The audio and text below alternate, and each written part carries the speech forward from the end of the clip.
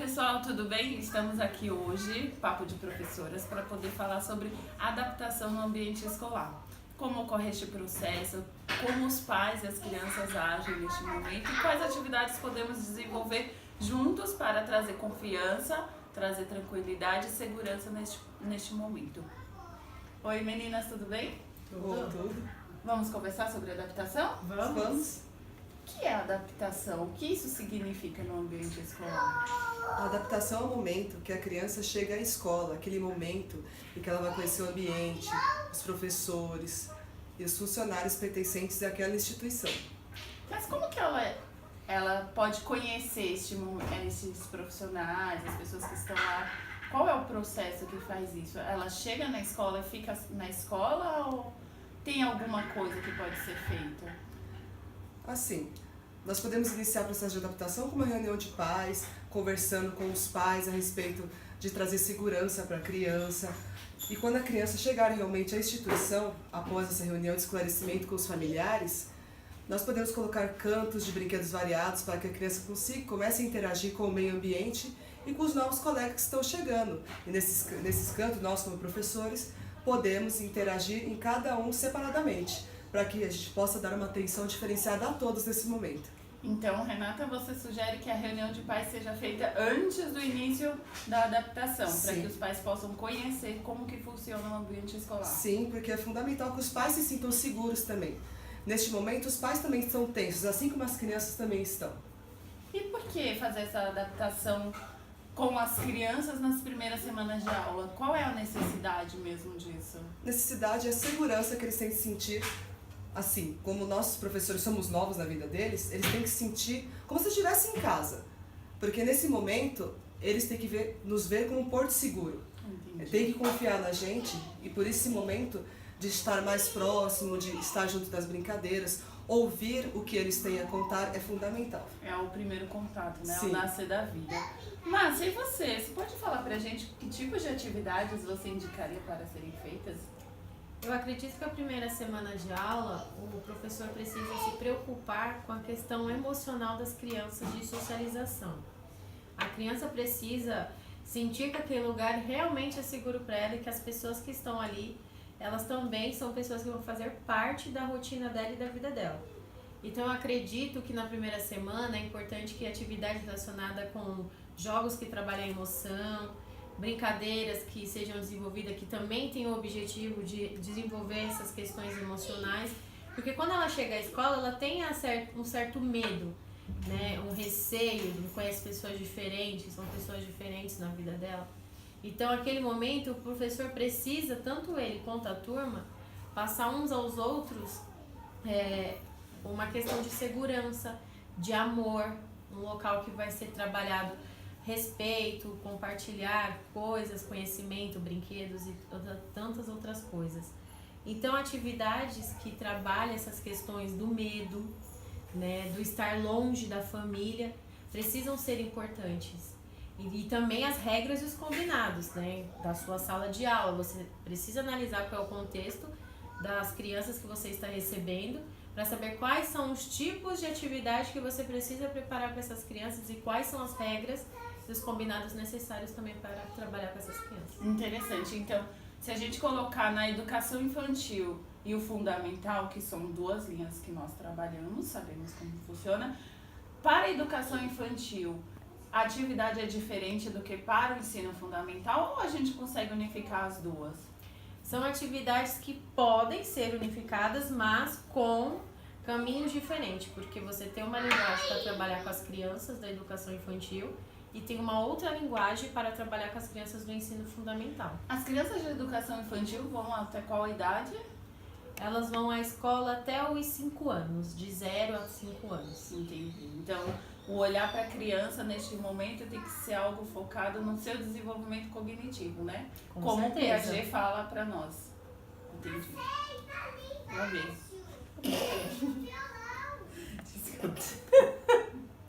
Vai cortar. Vendo ainda as crianças da educação infantil, existe aquele momento de choro, que elas estão muito inseguras, que elas querem ficar próximas aos pais. Como lidar com isso nessa situação? Como vocês fazem para que ela se sinta segura dentro do ambiente escolar e consiga entrar com tranquilidade? E sempre os pais sofram também, né? Porque isso ocorre muito. Eu acho que nessa parte do choro, ter um colinho é sempre necessário, você ter uma atenção para aquela criança, uns 2, 3 minutos para cada criança, para também você ter uma proximidade, né, com essa criança. E também, vocês falaram da questão do cantinho, né? Acho interessante também trazer um objeto de casa, né?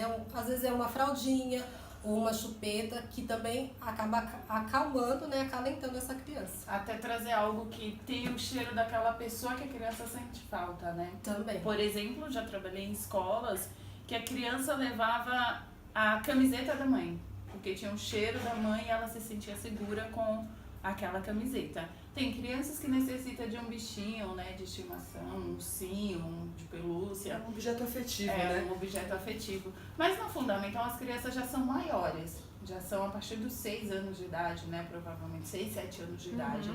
Existe o choro ainda no fundamental? Ou vocês acham que é menor, que o choro é diferente? Como que é? Como que ocorre? Existe o choro, principalmente da criança que sai da educação infantil e está indo para o primeiro ano do ensino fundamental.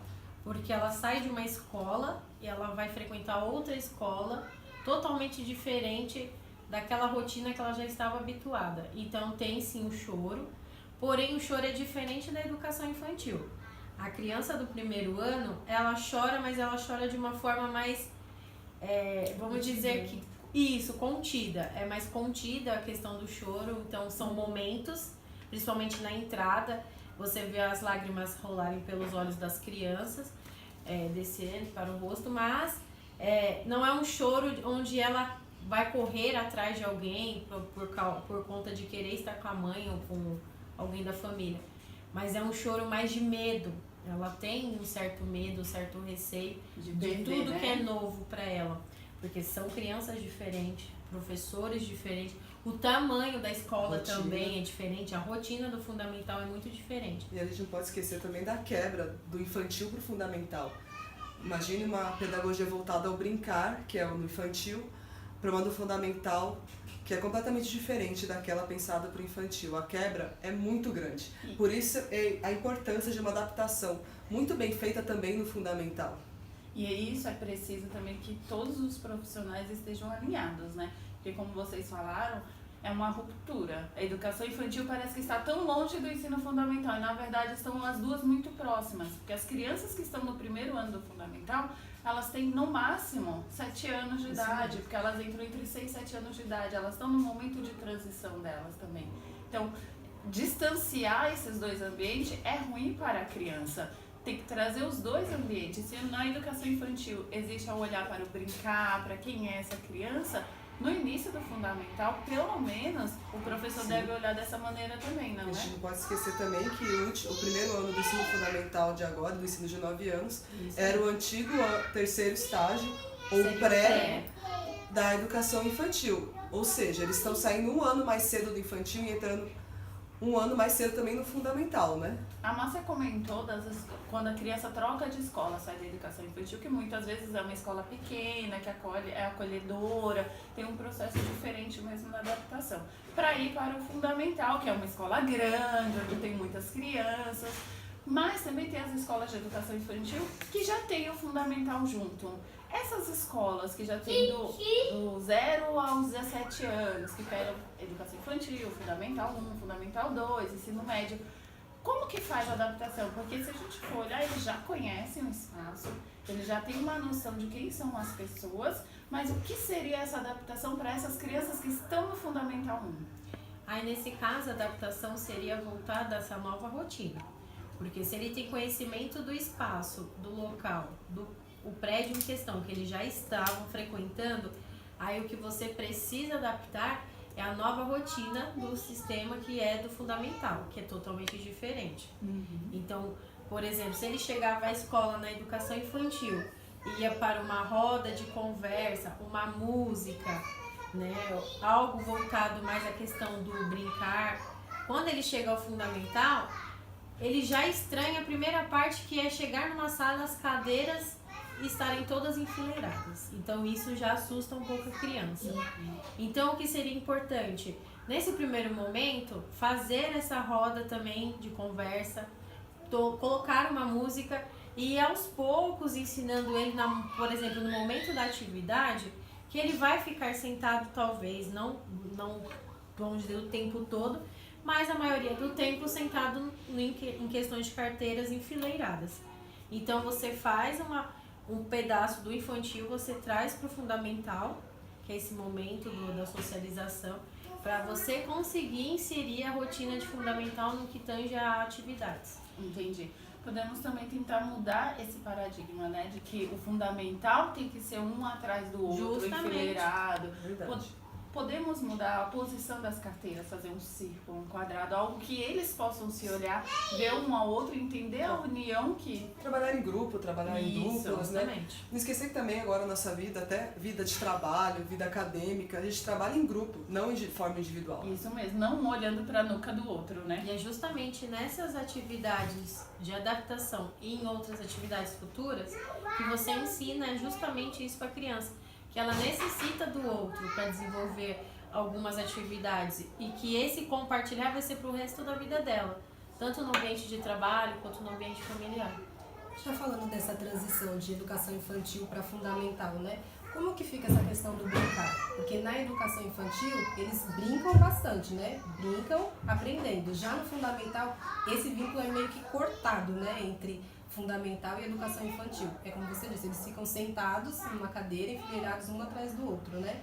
E aí, como que você insere essa parte da brincadeira? Ou brincar para eles na educação infantil? Então, na verdade, o brincar desde a educação infantil ao fundamental, ela precisa ter um olhar, um objetivo. Não é o brincar por brincar, mas você tem que ter um objetivo daquela brincadeira. A diferença é que no fundamental, o brincar é diferente. Então, por exemplo, você vai desenvolver uma atividade com matemática, por que não brincar primeiro? Né? Desenvolver, vai fazer uma atividade de português, por que não brincar com aquele tema primeiro para depois eu ir pro papel com aquela turma?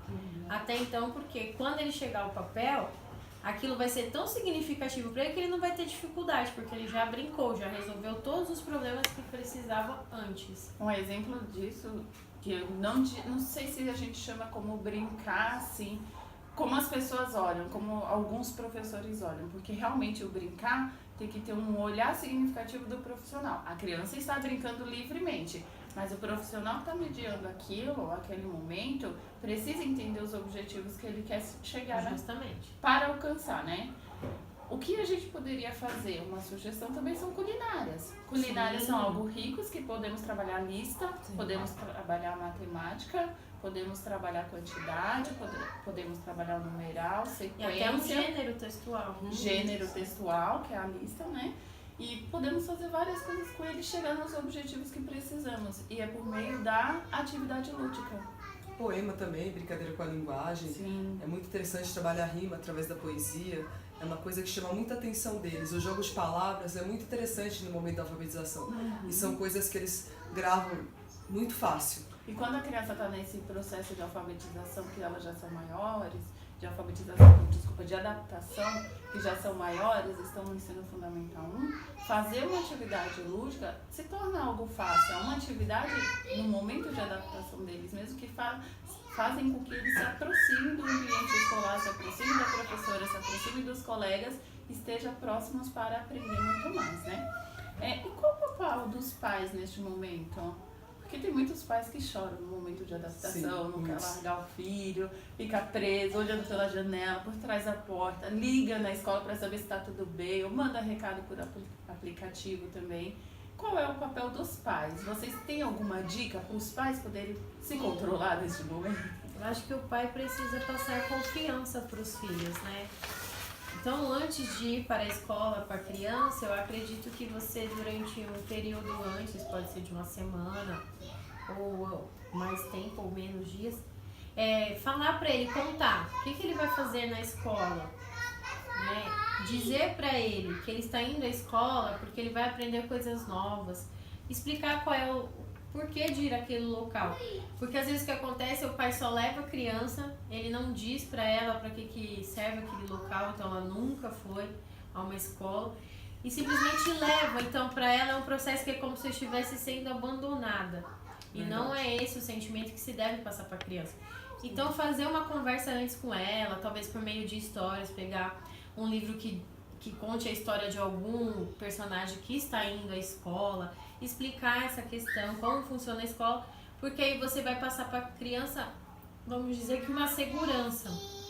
Então ela vai chegar à escola com menos medo do que ela poderia ter se ela não tivesse essa conversa com os pais. E vale lembrar que é um momento de adaptação, né? Então, não é um dia que vai acontecer isso, que você vai contar a história, que você vai acolher seu filho, vai mostrar confiança e ele vai se sentir super bem. Pode demorar 2 dias, pode demorar 1 semana, pode demorar até 1 mês, dependendo da adaptação.